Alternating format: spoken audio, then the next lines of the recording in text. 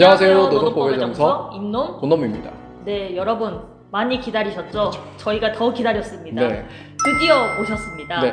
대한민국 노동법 넘버원 노동법 최고권위자 서울대 이철수 교수님 모셨습니다. 박수! 기업 규모 간 이중구조 문제가 심각한 문제입니다. 법제에도 보면 5인 미만 사업장에 노동법의 온기가 전달되지 않고 있습니다.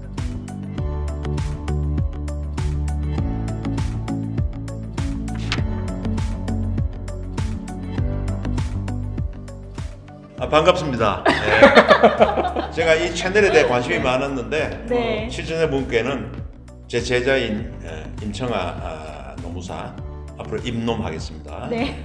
그리고 그 남편이신 권놈에 관심을 가져주시고 또 더 크게는 노동법에 관심을 가져주셔서 감사합니다. 네. 반갑습니다. 이전 영상에서도 말씀을 드렸는데 9회까지도 서주시고 그렇죠. 네, 저희가 정말 네. 많이 감사드리고 네. 제가 협박을 했죠. 네. 나와주시라고. 빨리 계획을 잡아서 출연해 주시기를 우선 첫 번째로 부탁드리고요. 네. 드디어 나와주셨습니다. 네. 저희 한 2년 걸린 것 같아요. 글쎄 네. 뭐 항상 나와야지 하다가 최근에 우리 임놈 금놈에서 무단으로 내 허락도 없이 네. 책을 광고해서 네. 고맙기도 하고 농담이고 저는 이런 류의 유튜브 채널을 이용한 학습이 매우 필요하다는 생각을 가지고 있었고 또 마침 내 제자가 그걸 한다고 하길래 잘 해보라고 이야기를 했고 네. 이 정도로 이야기했으면 나오라 하면 나와야지. 교수님 참고로 저희가 교수님 책 영상을 찍고 나서 교수님 책이 베스트셀러. 아 그래요? 네. 정말 우연히도 영상을 찍고 그치. 나니까 네, 아무튼 그런 우연이 있었습니다. 예. 감사합니다. 예. 아마 그럴 거예요. 예. 네. 안 그래도 출판사에서 네. 또 내보고 나가라 여기에. 진짜요? 현황사에서 오, 그런 비하인드 스토리가. 여기 가면 책이 잘 팔리니까 그래요. 아, 진짜요?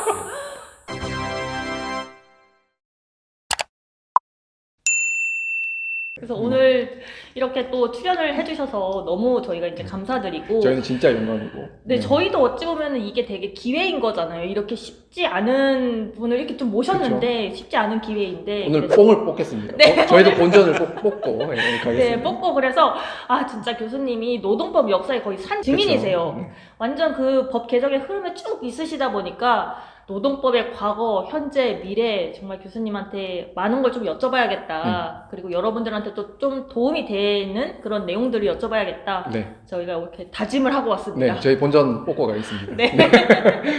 교수님 준비되셨죠? 예. 네, 그러면 본격적으로 이제 가보도록 할 텐데요. 네. 교수님께서 노동법을 왜 공부를 하시게 되셨지? 이게 너무 궁금하더라고요. 교수님은 혹시 계기가 있으실까요? 예, 제가 법대에 들어와서 공부를 하다 보니까 그래도 가장 실천적인 법 영역이 노동법인 것 같았어요.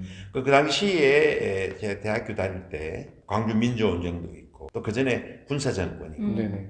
그러니까 노동법이 엉망이었죠. 과거에는. 예, 엉망이었죠.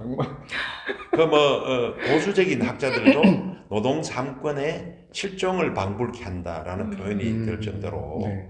법이 엉망이었기 때문에 이 법을 제대로 잘 개선하는 쪽으로 학문적으로 또는 그 당시 학문이라는 생각을 못했습니다. 그를 통해서 뭔가 기여해야 되는 것이 아닌가라는 생각을 하게 되었죠. 그 당시에 젊은 분들은 잘 모르겠습니다만 우리가 민주화되기 전이었기 때문에 어떤 정변이 있을 때마다 헌법과 노동법이 계속 개정됩니다.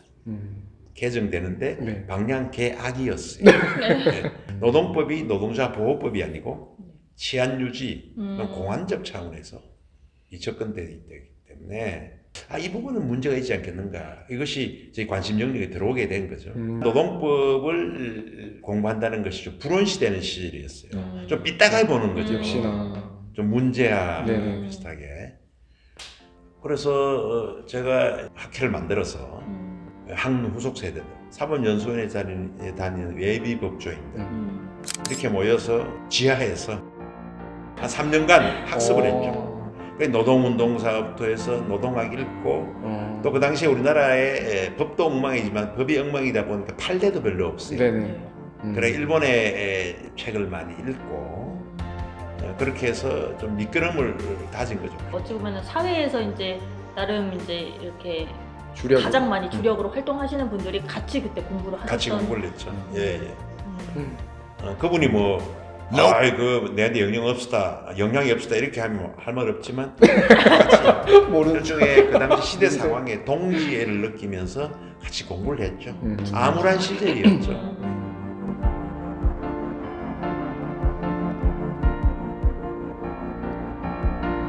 그런 나무란 시절을 거쳐서 현재 노동법이 형성이 돼 있다라고 예. 생각을 합니다. 네. 그래서 지금 그래도 노동법이 꽤 많이 이렇게 많이 발전을 했죠. 했다라고 어, 생각을 합니다. 발전한 것보다 저는 대한민국 노동법은 굉장히 좋은 법이다.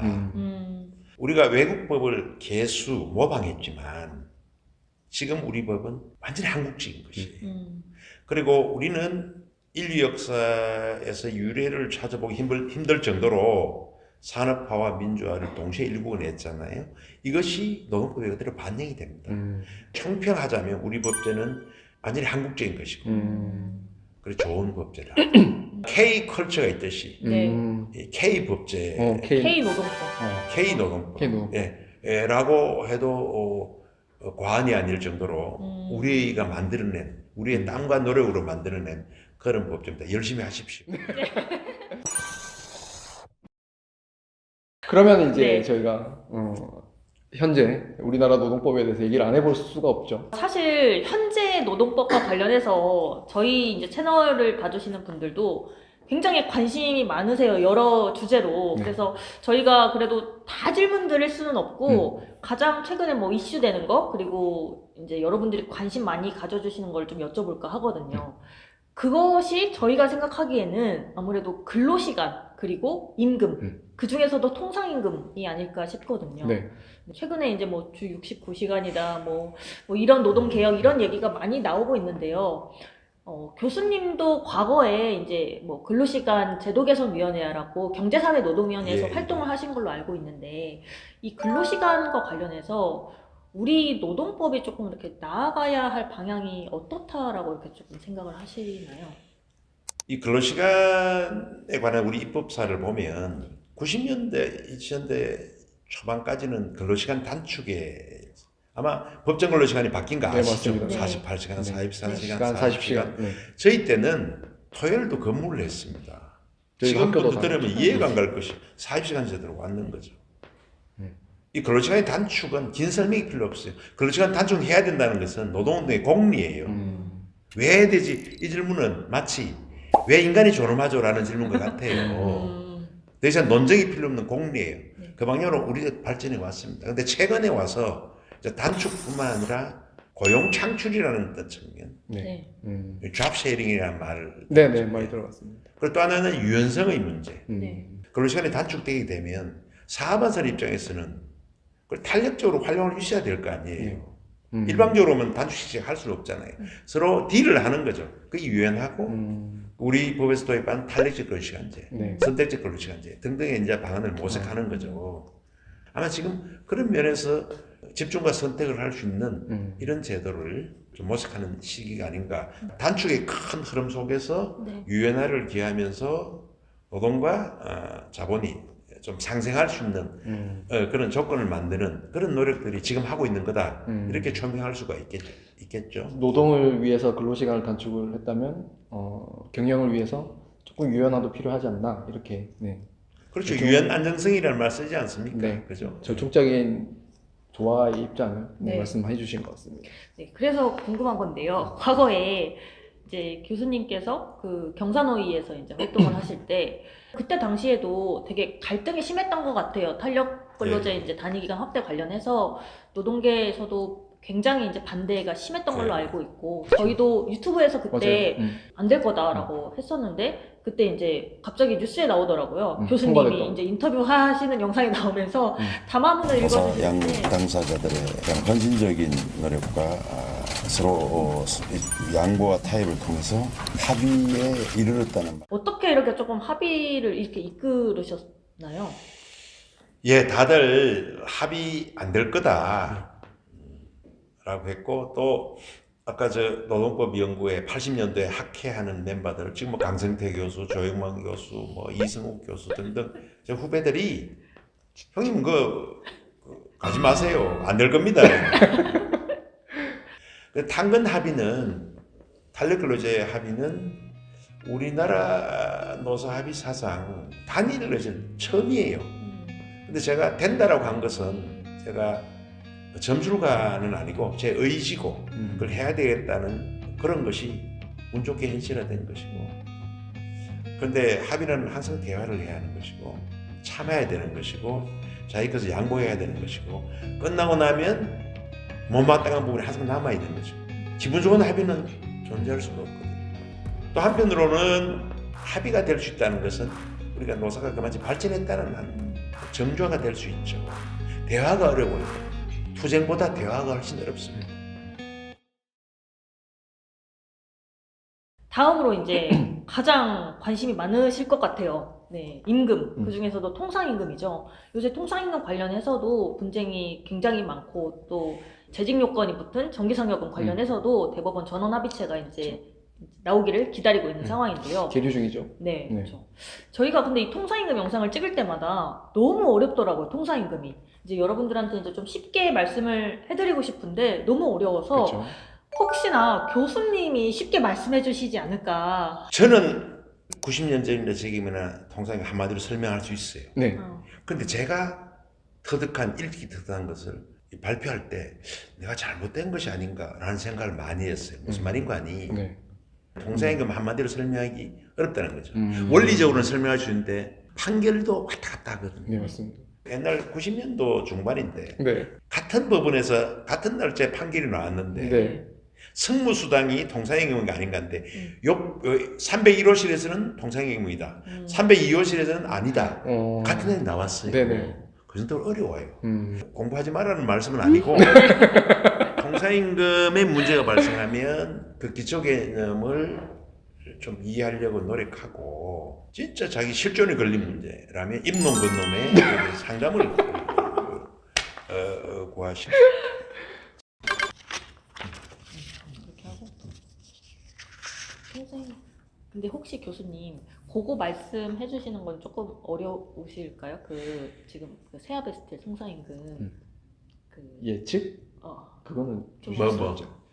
지금 왜 재직 조건부 정기 제의 조건 말도 안 되는 거예요. 역시나 말도 안 되는 거고, 그런 부분들은 그냥 다음에 뭐 혹시나 내가 그래 다음 기회에 말씀드릴 게 있으면 하겠다. 이렇게 하자. 거예요. 세아베스텔 나오면 세아베스티 전화하면 나오면 그때 교수님하고 통상임금 얘기를 한번 하는 걸로. 그래.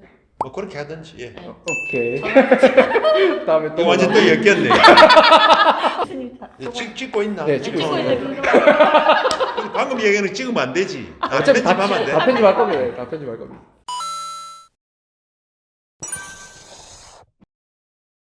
여기까지 노동법의 현재를 한번 교수님과 많은 이야기를 해봤습니다. 네. 뭐 미래도 한번 얘기를 해봐야겠죠. 네. 음. 교수님이 그렇게 미래 예측을 잘 하신다고 소문이 났거든요.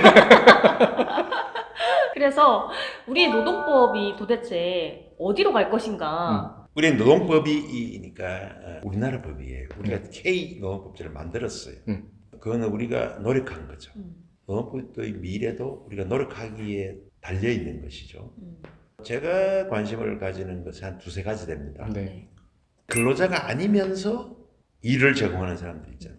또 노무를 제공함으로써 살아가는 사람들. 네네. 교과서에 나옵니다만은 뭐 골프장 캐디, 학습지 교사 뭐 등등 근로자인가 아닌가 하잖아요. 네. 거기에다가 앱 근로자들 보세요. 우버 한번 생각해 보세요. 근로자인지 아닌지, 또 내 사용자는 누구인지. 네. 이 경우 노동자가 아니다라는 것만으로 방치해야 됩니까? 아니지 않습니까? 그럼 지금의 탈보다는 더 넓혀야 되는 이 숙제가 남아있죠. 두 번째가 대표성의 문제. 지금은 노동조합 중심으로 노동조합이 대표 선수이고 이것이 유일무이한 대안인 것처럼 법이 쓰여져 있어요. 근데 좀 더 시야를 넓혀야 되는 것이 아닌가. 조직을 하지 않거나 조직하지 못한 사람들도 대표라는 방식을 통해서 그대들의 이익을 대변해야 되는 것이 아닌가라는 거죠. 노동자 조직률이 몇 퍼센트 돼? 15% 되지 않습니까? 네, 그 정도로 알고 있습니다. 85%는 대표가 없이 살아가요. 고작 있는 것이 근로기준법상 건기법 근로자 대표인데 네. 그 하는 일이 별로 없어요. 근로시간 하는 정도잖아요. 이걸 좀 늘 대표 개념을 재설계해야 되는 것이 아닌가. 이런 고민들. 먼 미래로 보면 만약 AI를 장착한 로봇이 노동을 한다면 인간의 역할은 무엇인가? 한 2060년도 될까요? 그런데 그 중간에도 노동의 의미에 대해서 우리가 좀 여러 가지 생각해 볼 거 많아요. 우리가 배우는 거는 임노동, 임금노동자인데, 근데 돌봄노동, 가사노동, 또는 시민노동이 뭐냐면, 이게 울리백이라는 학자가 주장한 건데, 지금 근현대 사회는 성장을 위해서 여러 가지 배설물을 많이 배출해내었어요. 환경 문제. 네. 지금 현 시대에 있는 사람들이 노동을 통해서 이 부분을 해소해야 되는 거예요. 이 시민노동이라는 표현. 이 부분들의 의미도 우리가 인류의 지속 가능한 발전을 위해서 고민해봐야 되지 않겠습니까? 마지막 부분은 노동법과 좀 떨어져 있습니다만은 이 노동의 의미, 노동법의 역할 변화 이런 부분들을 고민할 시점에 왔다. 그리고 20세기 노동법은 이 공장법제라는 식으로 표현을 많이 하지 않습니까? 이게 뭐냐면 무차별적 보호입니다. 손흥민도 근로자예요, 영국에서는. 그걸 하청적 근로자하고 똑같이 보호해야 되는가라는 문제가 이제 제기되는 거예요.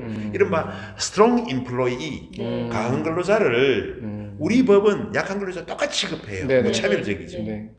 그런데 그렇게 해야 되는가?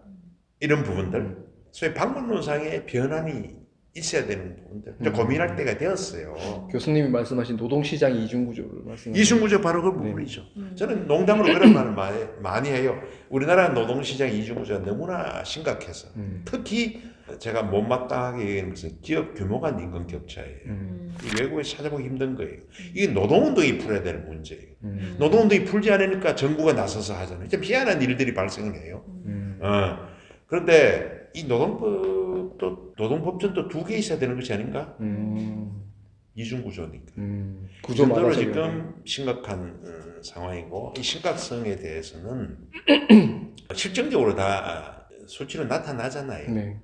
그래서 노동계도 반성해야 되고 앞으로 노동 문제는 고용 문제와 직결되어 있고 하기 때문에 정부의 역할이 매우 커질 겁니다. 어쩌면 정부 빅브라더 형태해야 풀릴 영역이 많아집니다. 이런 부분에 대비해서 노동법도 좀 시야를 넓혀야 되는 이런 등등의 문제들이 생기는 것이죠.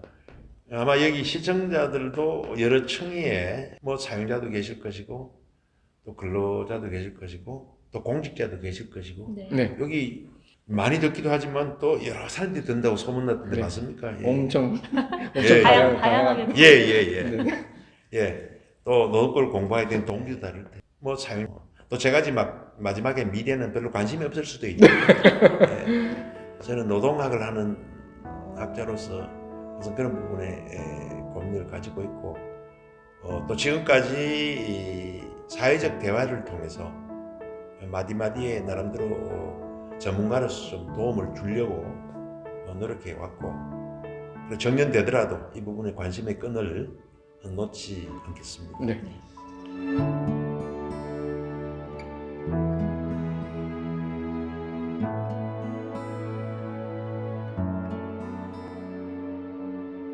오늘 너무 좋은 말씀 해주셨는데요. 네, 교수님 이제 방금 정년 말씀도 해주셨어요. 네, 근데 교수님께서 이제 30년 넘게 이렇게 노동법을 이렇게 하고 오신 거잖아요. 그런데 이제 이 책의 출간과 더불어 올해 이제 정년을 맞이하시는데 제자로서도 그렇고 교수님을 이제 뵀었을 때 좀 이게 보내드리기가 아쉬운 느낌이 나는 것 같아요. 또 소회가 조금 어떠신지 궁금합니다.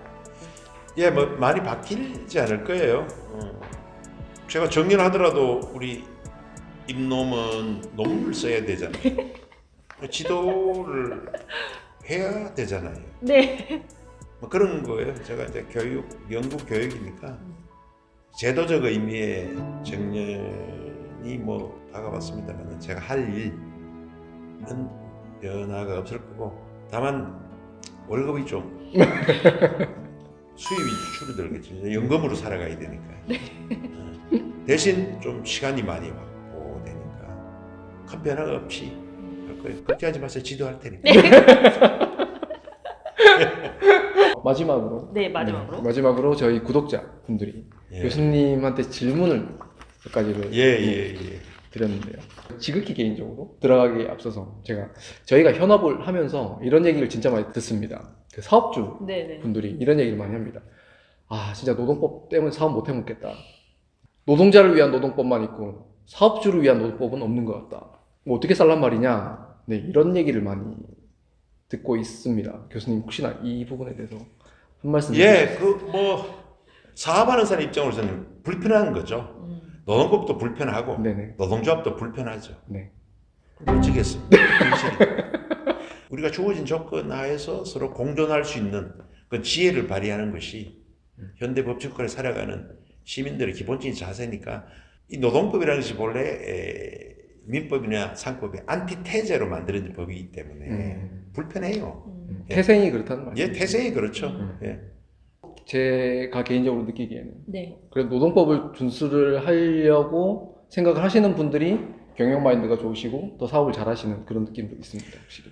지금 기업도요. 네, 소위 가치 경영, 네. 또 준법 경영, 맞습니다. 또 소위 ESG 경영. 네네. 이 소위 이 일반 시민이나 노동자들의 권익과 같이 가는 쪽으로 경영하는 것이 지속 가능한 발전이 담보되고 기업 가치도 올라갑니다. 또 투자도 많이 들어와요. 네. 맞습니다. 예, 주식 가치도 오르고 네네. 노동과 자본의 대립적인 요소가 20세기 노동법의 중심이었다면 앞으로는 상승하는 것이고 점점 더 수렴의 폭이 넓어지는 것 같습니다. 그런데 불편한 거는 할 수 없죠. 불편한 건 불편한 거다. 받아들여라. 노동조합을 좋아하는 사용자는 없습니다. 맞습니다. 네. 주어진 조건이니까 네. 그 속에서 나름대로 경영 전략을 세우는 것도 아니겠습니까? 네. 세상사가 다 그런 거 아니겠어요? 네, 맞습니다. 예.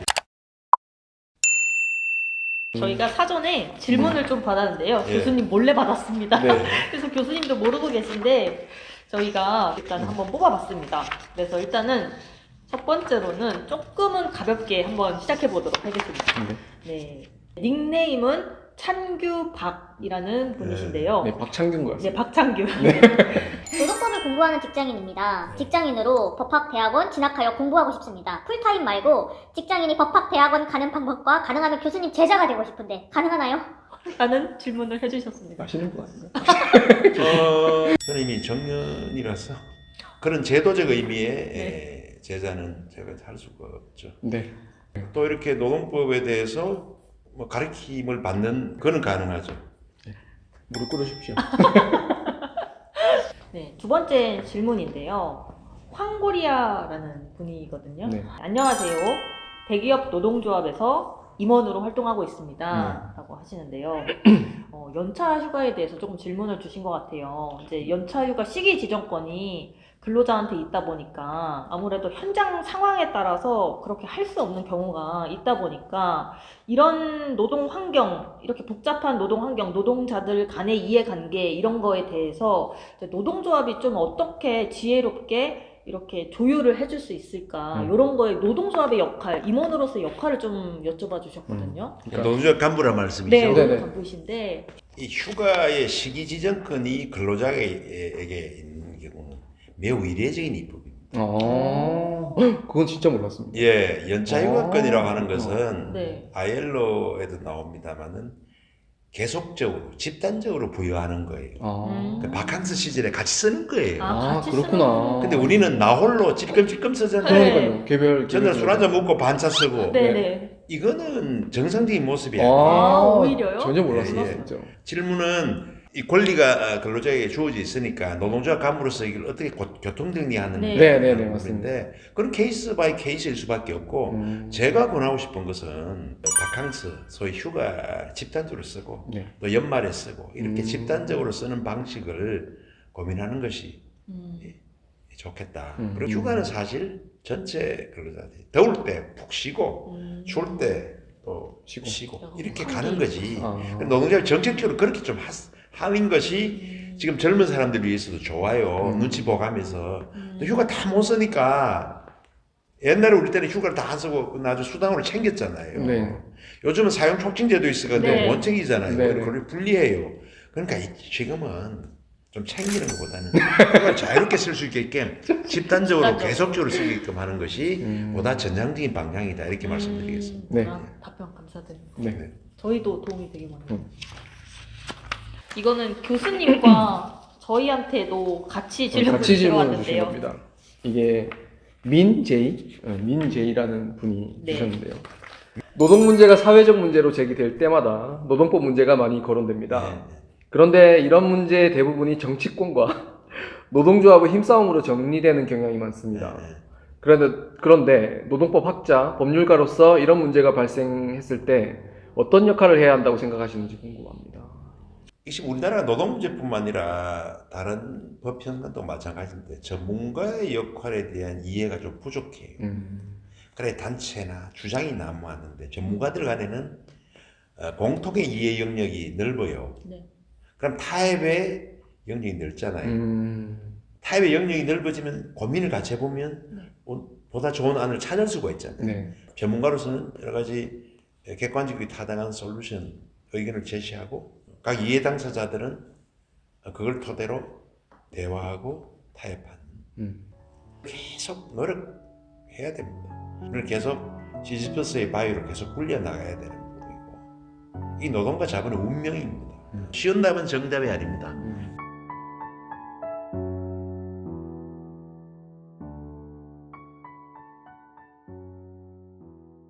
네, 이상 교수님께 저희가 이제 구독자 질문도 한번 여쭤보았는데요. 네.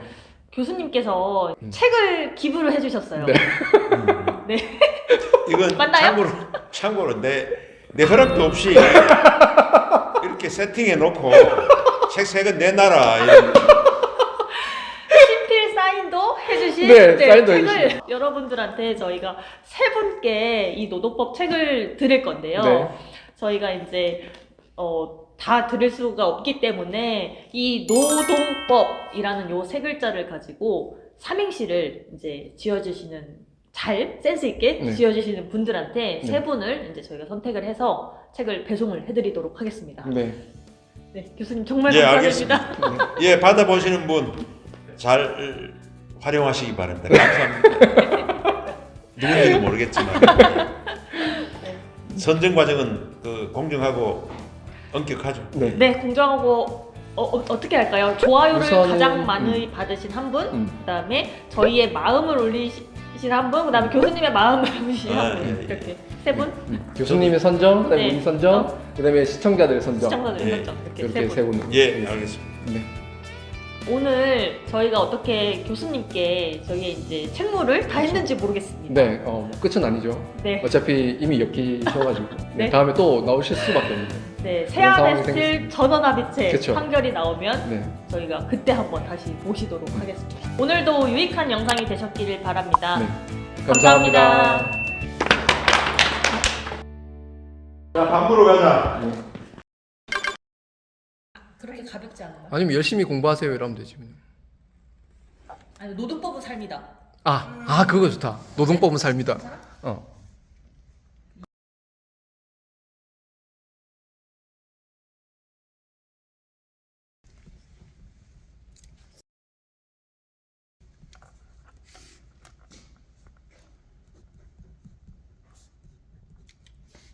한 장. 나도 한 점.